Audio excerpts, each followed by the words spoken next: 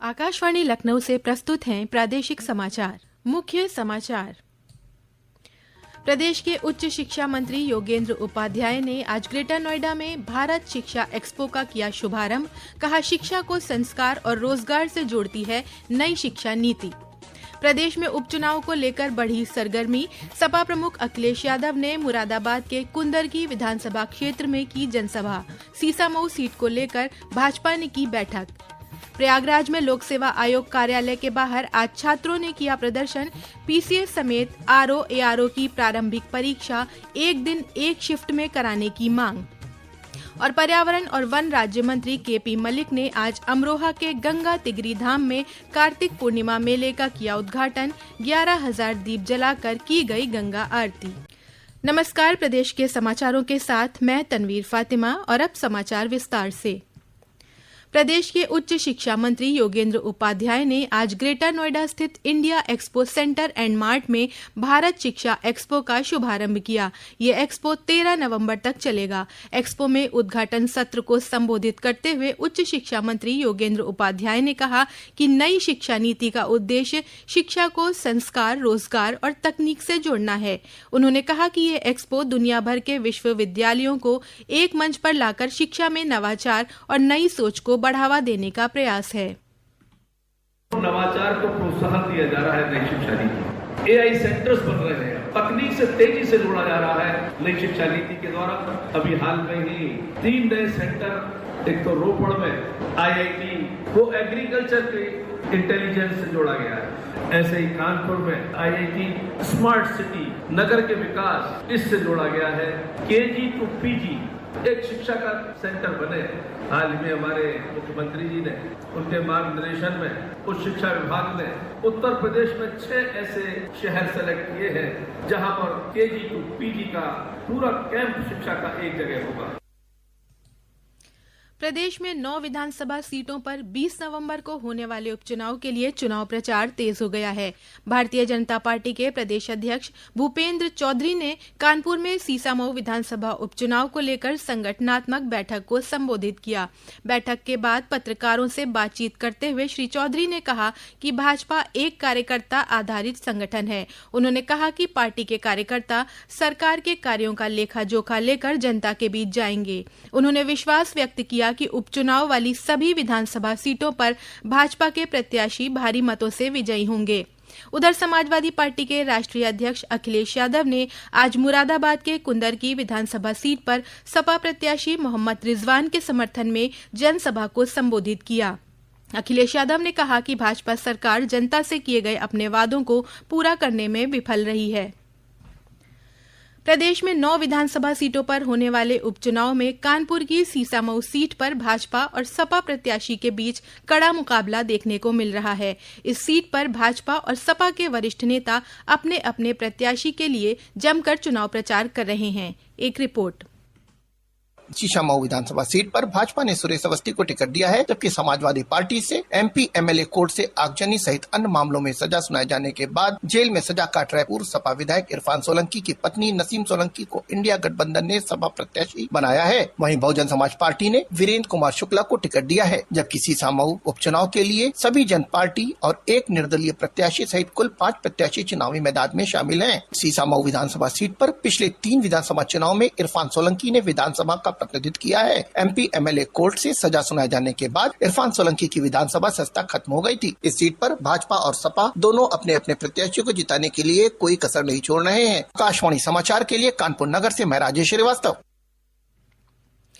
आगरा के air force station पर आज air marshal Ashutosh Dikshit AOC in C central air command ने भारतीय वायुसेना C-295 फुल मोशन सिम्युलेटर सुविधा का उद्घाटन किया।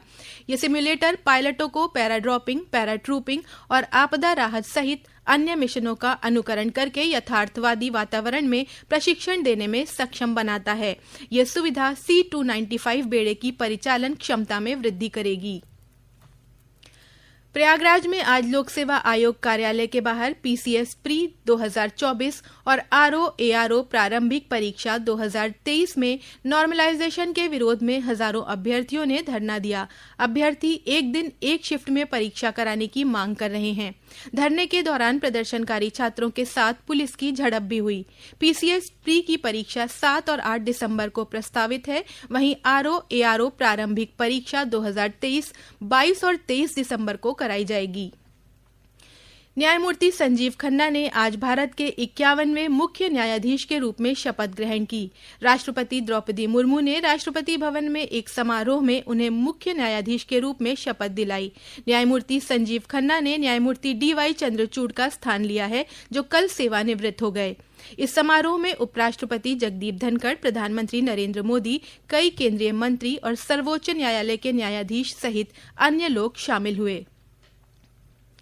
छठ पूजा के बाद अपने गंतव्य को वापस जाने वाले यात्रियों की सुविधा के लिए भारतीय रेलवे द्वारा विभिन्न स्टेशनों से स्पेशल ट्रेनें चलाई जा रही हैं। इसी क्रम में आज पूर्वोत्तर रेलवे द्वारा अलग अलग रूटों से 43 विशेष ट्रेनें चलाई जा रही हैं। इनमें से 22 ट्रेनें गोरखपुर से होकर गुजरेंगी। ये समाचार आप आकाशवाणी लखनऊ से सुन रहे हैं। ताज़ा समाचार जानने के लिए आप हमारी वेबसाइट newsonair.gov.in पर लॉगिन कर सकते हैं। इसके साथ ही आप प्रादेशिक समाचारों का ये बुलेटिन हमारे YouTube channel news on AIR Lucknow पर भी सुन सकते हैं। अयोध्या में प्रसिद्ध कार्तिक पूर्णिमा मेले के दूसरे चरण की पंचकोसी परिक्रमा आज से शुरू हो गई है, जो कल दोपहर 11:38 तक चलेगी। प्रशासन ने पंचकोसी परिक्रमा के लिए व्यापक स्तर पर सुरक्षा के प्रबंध किए हैं। हमारे प्रतिनिधि की एक रिपोर्ट। अयोध्या के प्रसिद्ध कार्तिक पूर्णिमा मेले का दूसरा चरण पंचकोसी परिक्रमा इस समय चरमोत्कर्ष पर अहिलोरे ले रहा है। देवोत्थानी हरि प्रबोधनी एकादशी लगते ही श्रद्धालुओं ने पावन सैला सरयू में स्नान कर मंत्रोच्चारण के साथ परिक्रमा उठाई। और फिर क्या था, ढोल मंजीरों की गूंज, साधु संतों के भजन, महिलाओं के अवधि गायन, अबोध बच्चों से लेकर अति वृद्धों तक का मनोबल 18 किलोमीटर लंबे परिक्रमा मार्ग पर आस्था, श्रद्धा और भक्ति के वातावरण का संदेश बन गया। और ऐसा लग रहा था जैसे श्रद्धालु माला का रूप धारण करके तीर्थ स्थल अयोध्या की उपासना कर रहे हों। साथ ही भीड़ में शामिल विदेशों से आए भारतीय अप्रवासी परिक्रमा के विश्व व्यापकता को स्थापित कर रहे हैं। तन्मय सोनी, आकाशवाणी समाचार, अयोध्या। अमरोहा के गंगा तिगरी धाम में कार्तिक पूर्णिमा मेला आज से शुरू हो गया। इसका उद्घाटन प्रदेश के पर्यावरण और वन राज्य मंत्री केपी मलिक ने गंगा में दुग्धाभिषेक करके किया। इस मौके पर 11,000 दीप जलाकर गंगा आरती की गई और लेजर शो का आयोजन किया गया। कार्तिक पूर्णिमा मेले का मुख्य स्नान 15 नवंबर को होगा। वाराणसी में 15 नवंबर को देव दीपावली धूमधाम से मनाई जाएगी। इस अवसर पर गौमाता के गोबर से बनाए गए दियों से काशी के घाट जगमगाएंगे। इन दियों की लौ में काशी की आत्मनिर्भर महिलाओं के हाथों का हुनर भी झलकेगा। देव दीपावली के मौके पर गाय के गोबर से बने दियों को बनाने का काम स्वयं सहायता समूह की महिलाएं कर रही हैं। एक रिपोर्ट। वाराणसी में देव दीपावली 15 नवंबर के मौके पर वाराणसी के घाटों पर लाखों दीप जलाने की तैयारी हो रही है। खास बात यह है कि इन दीपों का निर्माण गाय के गोबर से किया जा रहा है और यह कार्य स्वयं सहायता समूह की महिलाएं कर रही हैं। 7 स्वयं सहायता समूहों की 25 परिवारों की महिलाएं इस कार्य में जुटी हुई हैं और उनका लक्ष्य 30,000 गोबर से बने दीप तैयार करना है। पहले जहाँ देव दीपावली पर महिलाएं मुश्किल से 400-500 रुपए कमाती थी, अब उन्हें इस कार्य के लिए लगभग 4,000 से 5,000 रुपए की आय हो रही है। महिलाएं अब आत्मनिर्भर बनी हैं और अपने पैरों पर खड़ी हैं, जिसका सीधा लाभ उनके परिवारों को मिल रहा है। आकाशवाणी समाचार के लिए वाराणसी से मनीष सिंह। तापमान में गिरावट के साथ मौसम के मिजाज में ठंड की दस्तक हो चुकी है। इस बीच पूर्वा हवा के प्रभाव से बढ़ रही नमी के चलते आज सुबह प्रदेश के कई जिलों में मध्यम कोहरा छाया रहा। मौसम विज्ञानियों के अनुसार आने वाले दिनों में शुष्क मौसम के कारण तापमान में गिरावट बनी रहेगी।